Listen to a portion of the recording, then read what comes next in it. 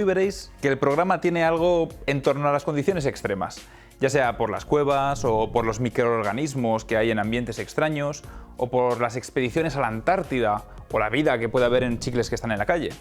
Porque nuestras calles también tienen sus cosas extremas, ¿eh? Como por ejemplo eso de que no le pasa nada a la comida que se cae al suelo si se recoge antes de 3 segundos, que es un mito. Pero todavía hay quien se está comiendo cada mejunje. Hoy en Ciencia, Ignacio López Goñi nos cuenta lo que podemos aprender de los chicles del suelo. Bárbara Daimeric se adentra en una imponente cueva llena de sorpresas. Es totalmente geológico y resulta que está todo lleno de vida. Viajamos con Carlos Briones a una antigua salina para preguntarnos por los extremos de la vida. La vida ha sido capaz de adaptarse a condiciones tremendamente extremas. Gema del Caño nos llama la atención sobre la importancia de leer las etiquetas de los alimentos. La manera que tiene la industria de comunicarse con el consumidor es el etiquetado. Finalmente, acompañaremos a Josefina Castelví en sus expediciones a la Antártida.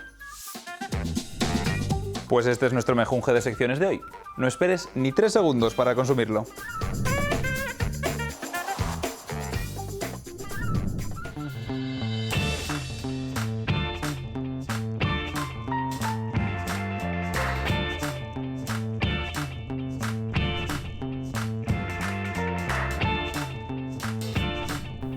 Bueno, hoy vamos a hablar de la ciencia del chicle. Oye, de hecho, os invito a que os comáis un chicle cada uno de nosotros. Chicles que parece que se usan, que la humanidad usa algo parecido a goma de mascar. ¿El chicle no se hizo humano? ¿Vas a empezar con ese argumento? No, eso no. Vale. Pero Bien. que en el Neolítico ya hay pruebas en yacimientos de porquerías de Pero chicle. era más moderno, ¿no? De hecho, el chicle como en plan comercial es de este siglo. Comercial ¿no? de finales del 19, Ah. pero ya algo allí en esos yacimientos que no se sabe si era para pegar o para mascar, pero que está en yacimientos, pues eso desde hace miles de años. ¿Qué lleva el chicle? Bueno, ahora son principalmente de gomas, ¿no? Gomas vegetales, de látex y esas cosas. Pero los primeros eran de alquitrán y de lentisco también, que se hace una especie de amalgama. Esto que es un negocio que mueve Edulcorantes, imagino, ¿no? un pastón, 30.000 Colioles millones y al cosas año. de esas. 30.000 millones al año. De dólares, no de dólares, que mueve el negocio del chicle. Claro, yo estoy echando cuentas. O sea, que serán muchos más, porque un chicle vale menos de $1, o sea que, a saber. ¿Y cuánto se consume esto? En cantidad, no sé, yo sé el valor económico, pero la cantidad de chicles pues, tiene que ser tremendo. El 60% de la población dice que ha consumido chicles en las últimas semanas. 60%. Sí. Es una O barbaridad. sea, vamos, que yo realmente es una cosa cotidiana, la tienes por ahí. Mira, han hecho un estudio ahora muy chulo en unos microbiólogos en España que acaban de ganar el premio Ig Nobel. ¿Sabéis lo del Ig Nobel? Sí, estos que primero te hacen pensar, primero te hacen reír y luego te hacen Y luego te pensar. hacen pensar. Pues mira, en este estudio lo que han hecho tres análisis, ¿no? Primero lo que han analizado es, las bacterias que hay en los chicles pegaditos en el suelo, ¿no? Entonces han tomado muestras de varios países, de España, de Francia, de Turquía, de Singapur, han cogido ahí con mucho cuidadito el chicle pegado y han analizado las bacterias que hay por estas técnicas actuales de metagenómica, donde ves todo el DNA y ves todos los microorganismos que hay, ¿no? Lo que se llama el microbioma, pero en este caso el chicle pegadito en el suelo.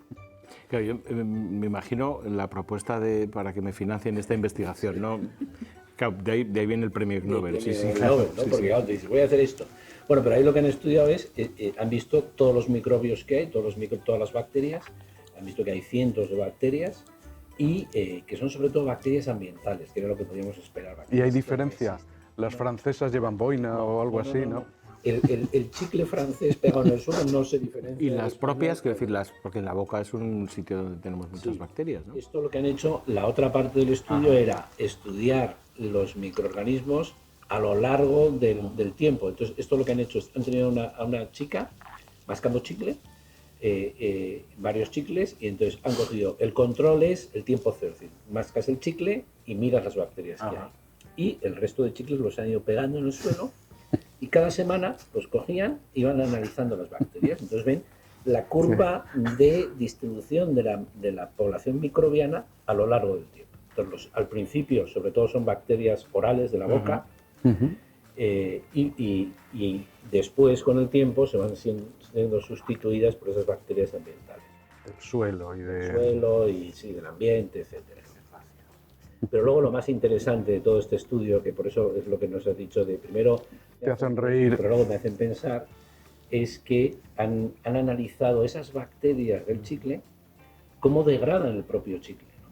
Y entonces han detectado una bacteria, un género bacteriano que se llama Curtobacterium, que es capaz de, parece que es el más hábil para degradar todos los componentes del chicle, ¿no? Y eso es lo importante, porque todo este estudio lo que sugiere y hacia dónde va es la de fabricar chicles biodegradables, en los que los puedas enriquecer quizá en esta bacteria ambiental para evitar todo ese problema, que es un problema ambiental de contaminación, que hemos visto también que cuesta millones de euros en las ciudades limpiarlo, etc. Oye, y tenemos huella propia bacteriana, es decir, cuando yo dejo un chicle, tienes ahí varios chicles, podrías descubrir de quién era.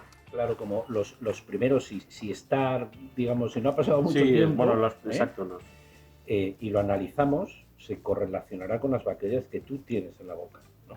O sea que si encontramos en un asesinato un chicle, podríamos llegar a saber si ese chicle es aparte que si está reciente tendrá toda la saliva y tal, ¿no? O sea que yo lo que os recomiendo es que os tragáis el chicle. No pasa nada, no se te queda pegado ni nada. Bueno, vamos a probarlo.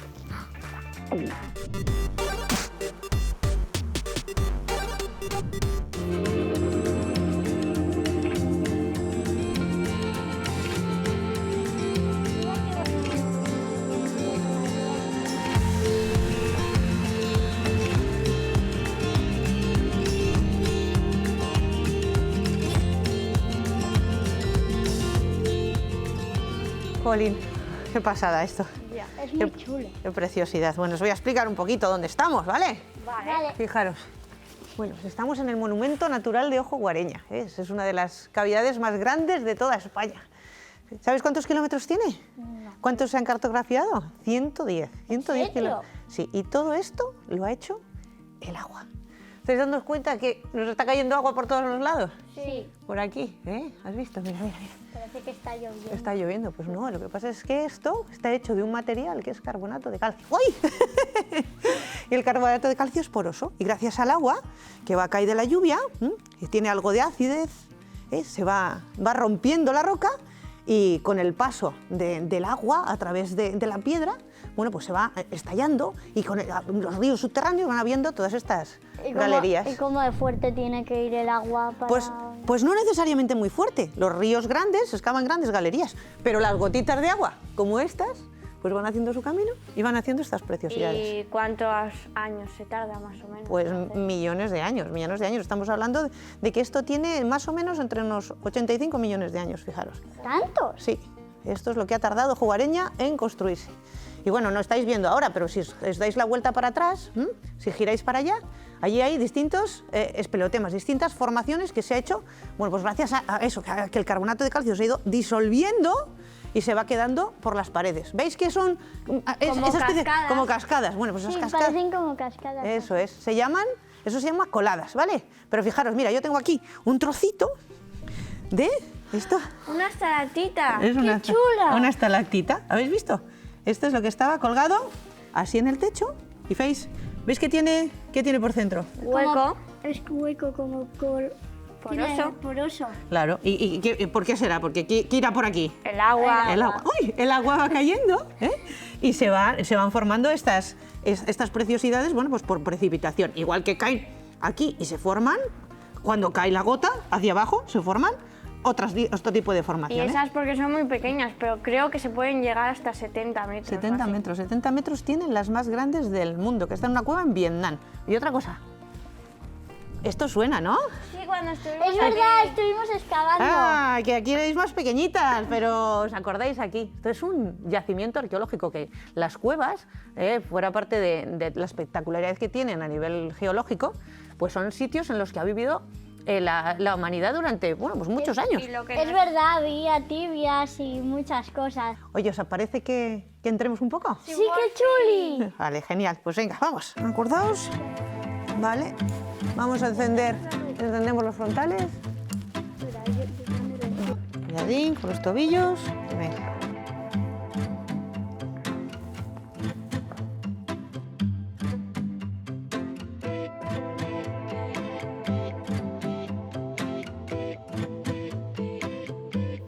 Ay, yo no sé si os fijáis, que parece que esto es algo que está muerto, que es inerte, que es totalmente geológico y resulta que está todo lleno de vida. ¿Os habéis dado Pero cuenta? si son piedras, Bueno, las piedras no pueden estar llenas de organismos también.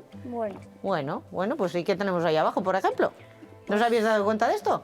no, la verdad. ¿Y qué es? Excrementos de búho, Sí, un son... cráneo de Ah. un roedor, puede decirse. ¿Y eso otro qué es? Muy Y pequeño. una... A ver, cogedlo. Eso sí que qué sabéis lo chulo. que es, que lo hemos visto en otros sitios. Ay, es verdad, una agrópila. La agrópila. Mira, este está verde de la humedad. Es de la humedad de los mohos, ¿no? Parece de un ratón Pues por mira, los dientes. esto es una agrópila que no es más que, pues prácticamente, bueno, es Restos del ratón. el ratón, porque Y los del búhos, pelo, claro, claro. las rapaces, muchos y muchos animales, cuando comen los restos que no, huesos, que no aprovechan, pues los regurgitan, los vomitan. Bueno, pero aparte de los búhos, ¿qué más animales viven en las cuevas? Pues Murciélagos. tenemos murciélagos, tenemos, bueno, pues todo Arañas. también todo tipo de plantas, ¿vale? Que buscando la luz van a salir helechos, musgos. y Invertebrados. muchos invertebrados. ¿De qué color son los animales que viven en las? Son transparentes. Porque al no darles la luz no necesitan tener un color. Bueno, no tienen un color, ¿verdad? Y así además se camuflan mejor. Generalmente suelen ser pues ciegos o tener, bueno, poca visibilidad. Porque aunque vean, no van a ver nada con poca luz que hay. ¿Tenéis frío? No. Porque en las cuevas, generalmente, la temperatura es siempre la misma durante toda la época del año. Más o menos unos 12 grados. Unos 12 grados, efectivamente. Y suele haber, pues mucha humedad. Oye, ¿qué os parece si seguimos descubriendo y nos vamos para abajo un poco más? Sí. Pues venga, vamos.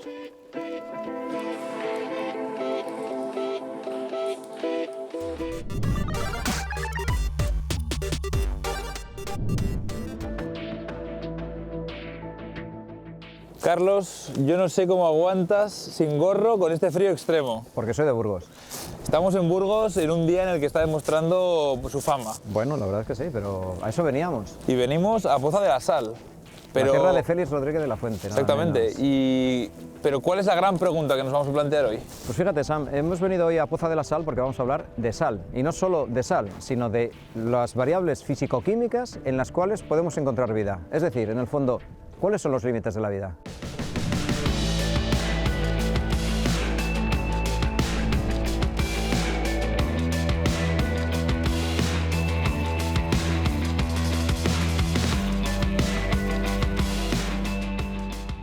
¿En qué condiciones extremas todavía encontramos vida, seres Efectivamente, vivos? Efectivamente. Se me ocurre, por ejemplo, la lava de un volcán.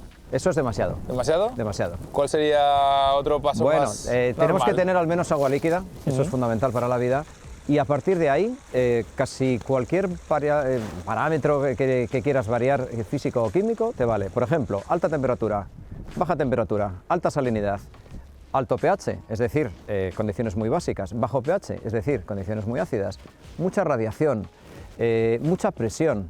La vida ha sido capaz de adaptarse a condiciones tremendamente extremas. Claro, estábamos en unas salinas donde aquí Sí. se almacenaba la sal. Primero se ponía agua, ¿verdad? Bueno, el agua ya viene con una concentración de sal muy grande, se deja evaporar el agua y decanta, precipita la salina.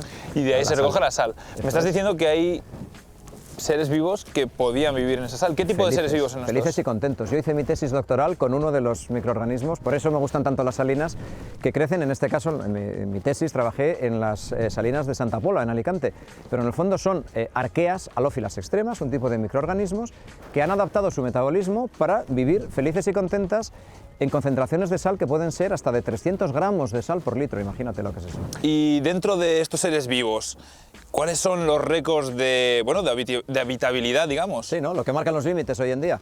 Pues mira, en temperatura, por ejemplo, por arriba 113 grados de temperatura. Lógicamente, en presiones muy altas, ¿no?, del fondo del mar. Presiones, cientos de atmósferas de presión. Temperaturas bajas, 30 bajo cero en la Antártida.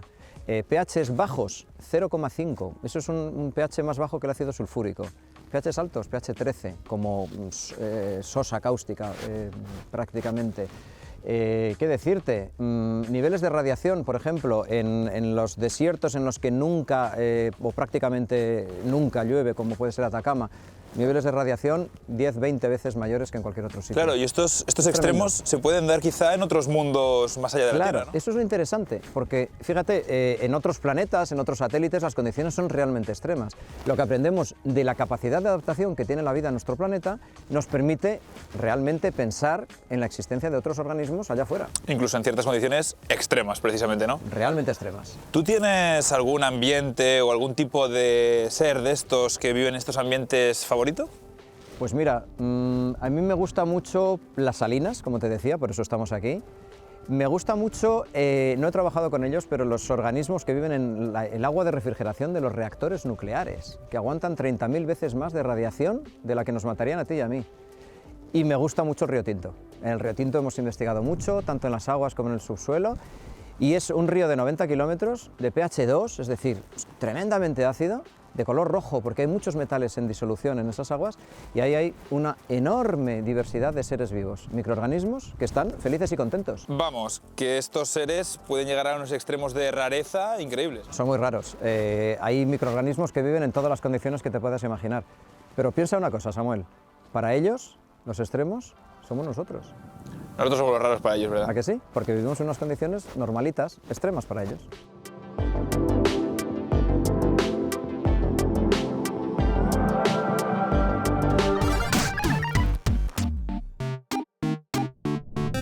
Ir al supermercado es una odisea, pero no por ser difícil nos vamos a dejar amedrentar, ¿a que no?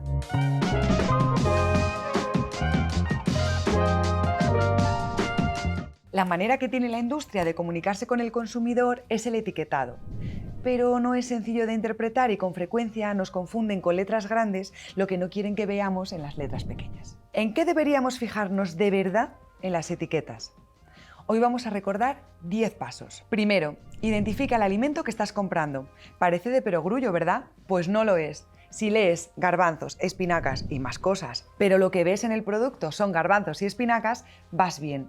En cambio, si lees CSM de pavo, fécula, dextrosa, imposible lo que estás comprando, por más pechuga de pavo sana que ponga en el envase.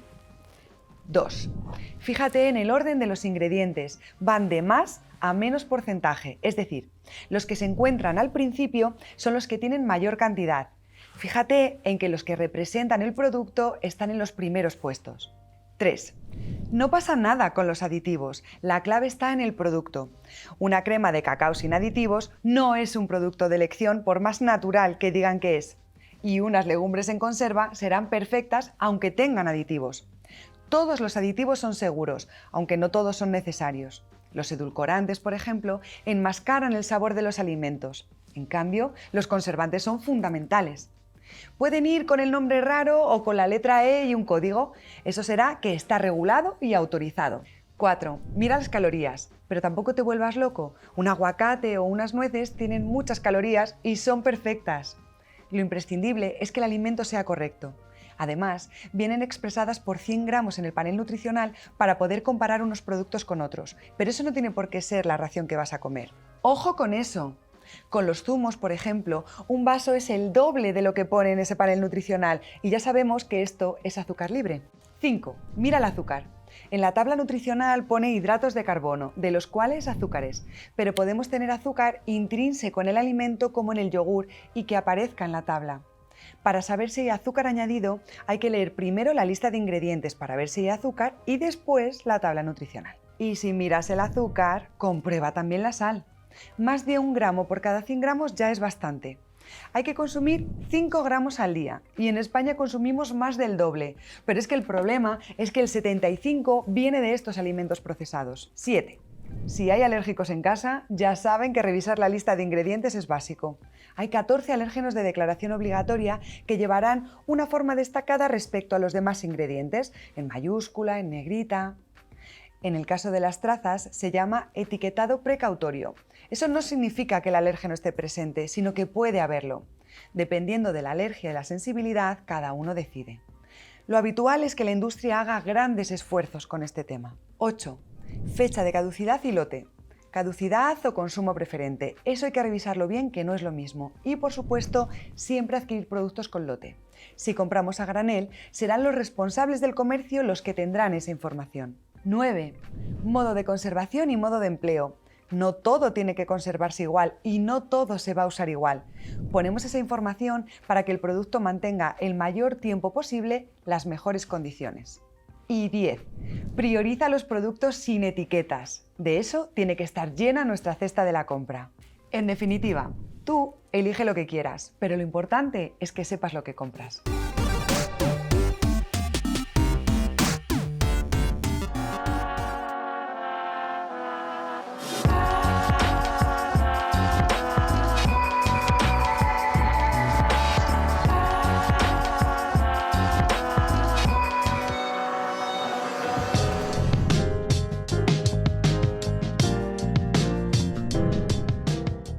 Josefina Castelví y la Antártida. Josefina Castelví es una científica cuya pasión por la investigación y el conocimiento terminó por convertirla en aventurera. Durmió en tiendas de campaña a temperaturas bajo cero, levantó la primera estación española de investigación en la Antártida y abrió el camino de la ciencia entre el desierto de hielo para numerosos equipos que han desarrollado su actividad en el otro extremo del mundo. Antes de todo eso, Castelví ya era una gran oceanógrafa e investigadora de bacteriología marina. Terminó siendo la directora del Instituto de Ciencias del Mar, del Centro Superior de Investigaciones Científicas. Con el tiempo, publicó más de 70 trabajos científicos y participó en 36 campañas oceanográficas. De niña, su padre insistió a Josefina y a su hermana para que estudiaran y así ser mujeres independientes. Josefina eligió biología. Más adelante, comenzó su tesis doctoral en la Sorbona de París, aunque la finalizaría en el Instituto de Investigaciones Pesqueras de Barcelona, que más tarde se convertiría en el Instituto de Ciencias del Mar. Allí, trató de embarcarse a recoger muestras y participar de la investigación de las expediciones. La respuesta que recibió: esto no es para mujeres. Sin embargo, a base de insistencia, consigue embarcar, prometiendo no volver a pedirlo. Efectivamente, a partir de entonces, embarca sin pedir permiso y consigue demostrar que ya era una más del equipo. Las investigaciones de Josefina se centran en las bacterias presentes en el agua y los fondos marinos, su densidad y su efecto sobre el ecosistema. Sin embargo, fue la llegada de Antoni Ballester la que revoluciona los métodos del instituto y empieza a contar con Josefina para sus expediciones en África y el Mediterráneo. En 1984, Josefina parte al continente helado en compañía de Marta Estrada, también científica, y Charo Nogueira, periodista, lo que las convierte en las primeras mujeres españolas en la Antártida. Tras el viaje, tanto Josefina como Ballester están convencidos de la necesidad de establecer una base en la Antártida con bandera española. Tras muchos años sin autorización, la entrada de España en el Tratado Antártico les permite embarcar rumbo a los confines del mundo. Tras meses durmiendo en la Antártida, en tiendas de campaña a temperaturas heladoras, en menos de un año consiguen tener lista la base bajo la dirección de Ballester, que poco después sufre un ictus que le obliga a retirarse. Josefina se convierte en jefa de la base en 1988. Al año siguiente es nombrada responsable del Programa Nacional de Investigación Antártica y empieza a realizar investigaciones de microbiología, geología, meteorología. Para Castelví, la Antártida guardaba multitud de secretos, el pasado y el futuro del planeta conservados en hielo, esperando a ser descubiertos. Tras 12 años de investigación antártica, Josefina se jubila en el año 2000. En 2013, Josefina volvió a casa, a la Antártida, para despedirse. Allí filmó el documental Los recuerdos del hielo, en el que han quedado sus memorias, sus palabras y su amor por un paisaje desolado del que aún tenemos mucho que aprender. Como dijo Josefina, en este rincón de la Tierra, con hielos que alcanzan los 4.000 metros de espesor, se ha acumulado información de miles de años que tenemos que sacar antes de que se malogre.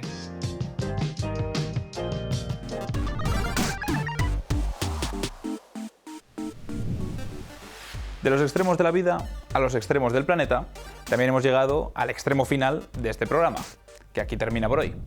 Pero os esperamos en el próximo programa con mucha más ciencia.